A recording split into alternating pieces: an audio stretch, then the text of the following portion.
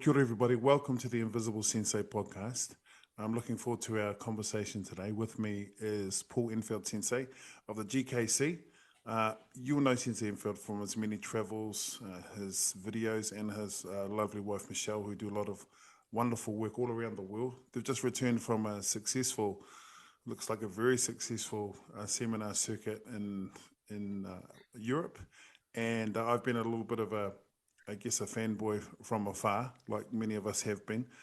I first became aware of Enfield Sensei way back in the 80s in some training videos for his then instructor Higuana Sensei, doing incredible kicks and chishi and splits and all that sort of stuff. Also, one of my sensei speaks very highly of him, Kevin Shaw Sensei, who spent a little bit of time training with Enfield Sensei in the San Diego Dojo back in those days. So, Sensei, thank you so much for taking the time to be on the podcast. I really appreciate you. You have just come back from a big seminar, so you're probably feeling really tired. How did it go? Well, yeah, first of all, thanks for having me. It's a pleasure to be here. Seminars went great. We were in Netherlands for a full weekend, and then Italy. Yeah, we had a great time. Things went really well. Just the main thing is that we get a lot of repeat visitors to our seminars. The first one wasn't an organizational seminar really, so people from all different disciplines were there. But it's always nice to see old friends and then also make new friends. It was great. I had a great time. Oh, excellent. So I guess I'd like to jump sort of straight into some questions, if that's cool. So I guess if you're watching this podcast or listening to this podcast, you'll know who Enfield Sensei is because I put it in a 10-foot high thumbnail. So you would have been attracted to the thumbnail before you were attracted to the podcast. So you also have some familiarity with Enfield Sensei, and we'll get into his history. But what I'd like to know, Sensei, is what have you personally been working on? What's been the subject of your study and your personal training over the last, let's say, 6 months? Okay, yeah. That's a good question. And I'm just thinking that at my age, 6 months goes so quickly. So it's actually quite a short time frame. But, one of the things that we doing now, at my stage in training is I'm doing a lot of teaching, which I love. So one is that we're constantly preparing for either an upcoming seminar and the curriculum we're going to teach. So when we teach seminars, they're not the type of seminars where you're going to stand in line and we're going to do 300 punches to the head, and now we're going to do 300 punches to the, in shikorachi or whatever it is. So they're quite technical. And so although there is obviously some physical demands, what tends to happen is that people are using their mind a lot, which is what we want. And so it's very important to structure the seminars in such a way that people don't get overwhelmed. In many ways, if I'm standing there kicking and punching for 4 hours, it actually can be quite a lot easier. I might get physically tired, but it's quite a lot easier than technically delving deep into the style of Goju Ryu and the different pillars that exist within it. So a lot of my training, if you like, is geared towards preparing for what we're going to teach. We had a seminar in New York in February, which was an organizational seminar. For that one, we did quite a lot of standardization of kata, even though there were people from outside our organization, and we did some standardized bunkai as well as more oil type bunkai, kake and all those kind of things. And then, but in Netherlands, it was put on by an independent group. And so they invited people from all different disciplines. And although it was mostly traditional karate, a lot of Goju Ryu and Shito-ryu and things, there were some people from Taekwondo and American Kempo and that type of thing too. So developing the curriculum is quite important. Like, for example, obviously we teach kakye, and I think we might get into that a little bit later. But kakye is the beginning of a contact type, close range, sensitivity type drill. And once you're into kakye, you also go into the different, we call them connector drills. And those can be quite, they can be quite confusing to learn in the beginning. And so part of what we do is we really break those down into easy to digest bites so that people don't get overwhelmed. So a lot of my planning, our planning, Sensei Michelle goes into doing that. But as far as my own training, I'm in my mid-60s now, so I'm in reasonable shape, I think. No major injuries, fortunately. And so, part of my training is to maintain what I can do now and keep that going as long as possible, if that makes sense. I think people, as we get older, I'm sure some of your listeners can probably reflect upon that too, is that you have to be consistent. You've got to be consistent if you want to keep your physical condition. And then you also may have to introduce other type of exercises that when you're young, because of your youth and your natural, your youthful strength, we don't really need to think about that. Like, for example, throwing kicks. Yeah.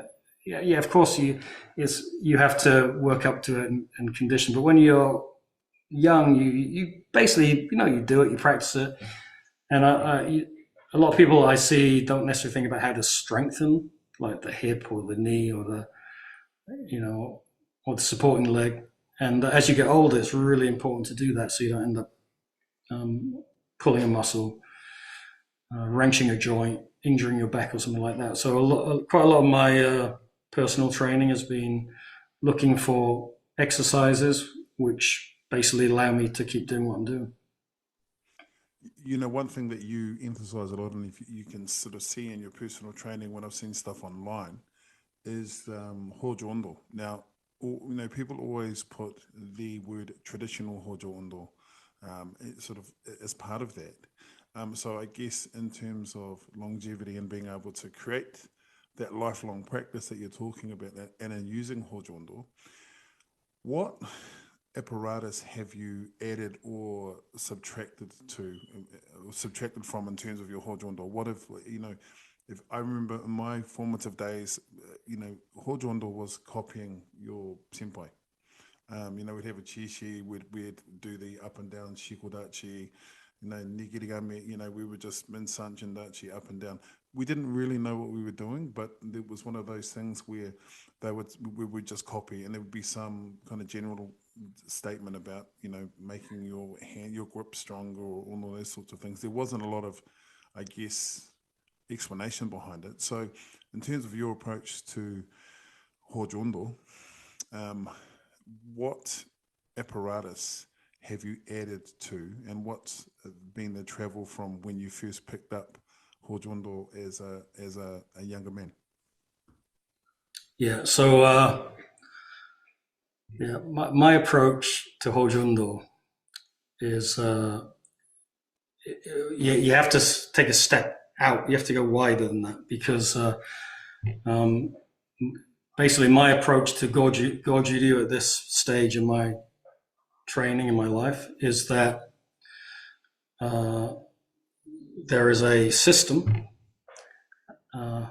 let's call it Goju Ryu, and at the center of that system is your Kihon Kata, which for Goju Ryu is Sanchin Kata. And people always say that, but often when you go a little bit deeper, it's difficult to sort of expand on that, what that actually means. So I'm going to sort of deal with broad strokes right now. We can zone in on detail later, but essentially, if Sanchin is at the center, I mean, imagine a bicycle wheel. You got Sanchin in the center, and you got some spokes going to the different Hojo Undo or kata or kata bunkai or whatever it is. So your Hojo Undo, one of the goals is to support your Sanchin kata. In other words, the Hojo Undo is Sanchin kata with some type of weight.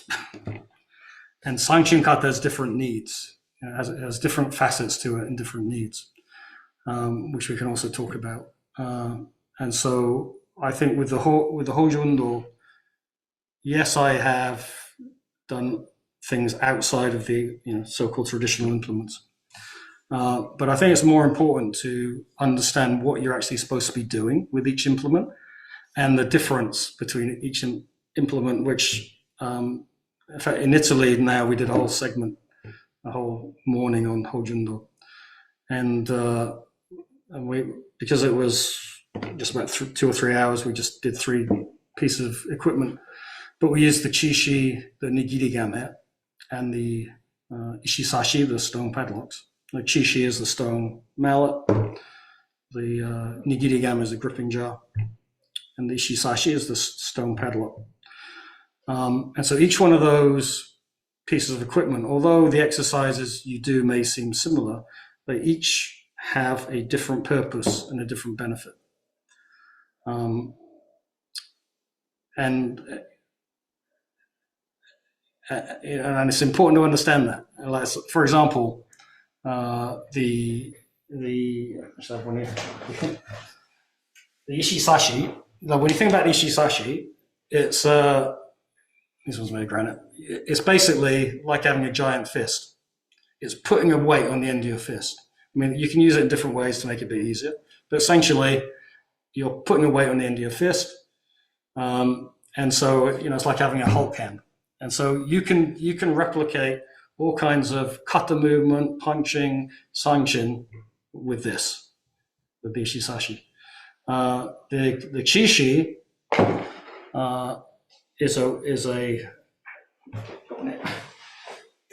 the Chishi is a handle.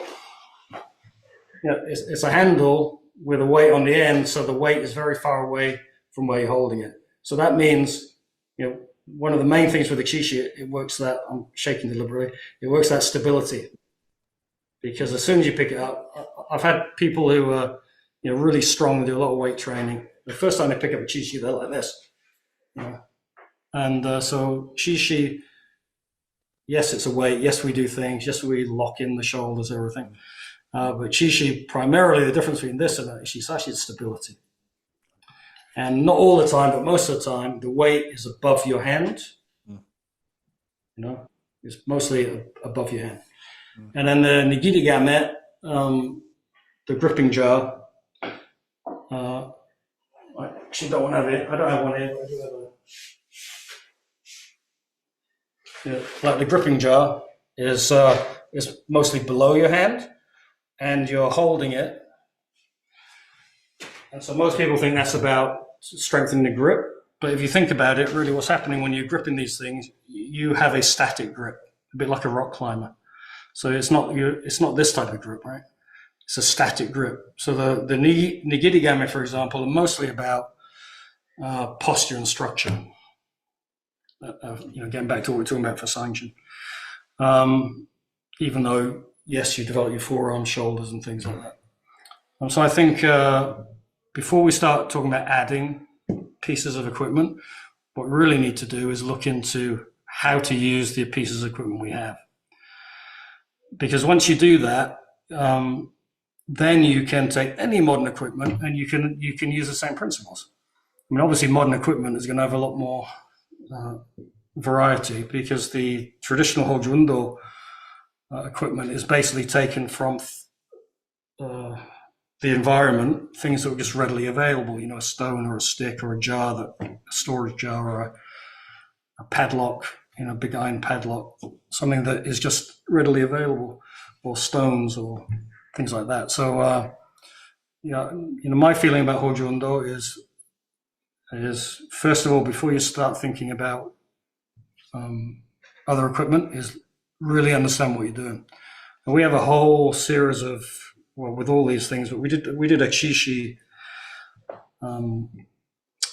certification recently, and we did a whole series of a whole body workout with a cheat sheet, and a lot of the exercises people have never seen.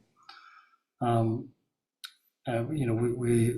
doing things like hip flexors and hamstrings and all kinds of things, and how to use it to develop kata movement, this type of thing. So you can go very deep into that, into each of the Hojo under equipment, because then it shows you actually have an understanding of what we're trying to achieve with this gear. And if we're doing that, then if we go to modern weights, which actually I've done quite a lot, we go to modern weights, free weights or machines, then we kind of understand what we're doing because we understand the principles behind it. Does that make sense?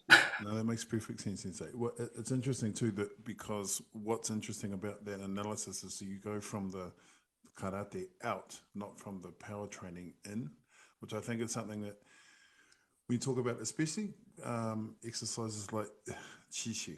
People having, like for me, I have a number of chishi, and as I've gotten older, there's ones I used to use when I was a lot younger, and I think there was an element of ego in there for me too. I love the ones with the, it was like being able to do this sort of stuff, but I tend to train with various weights, and right now I'm training with something lighter, which just seems to, in terms of I'm working, and it's a work in progress on Seisan kata. So for me, in terms of some of those transitions, the chishi sits really nicely in that.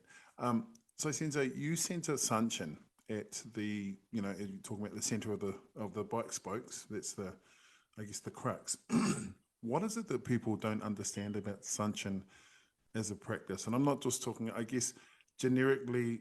The reason I ask this question is because, there's all the, breaking of boards over you when you're doing it, and the shime and all of those things, which, a lot of styles do. But essentially, what would you like, what's your thesis on what people would need to know about the practice of Sanchin? Yeah, all right.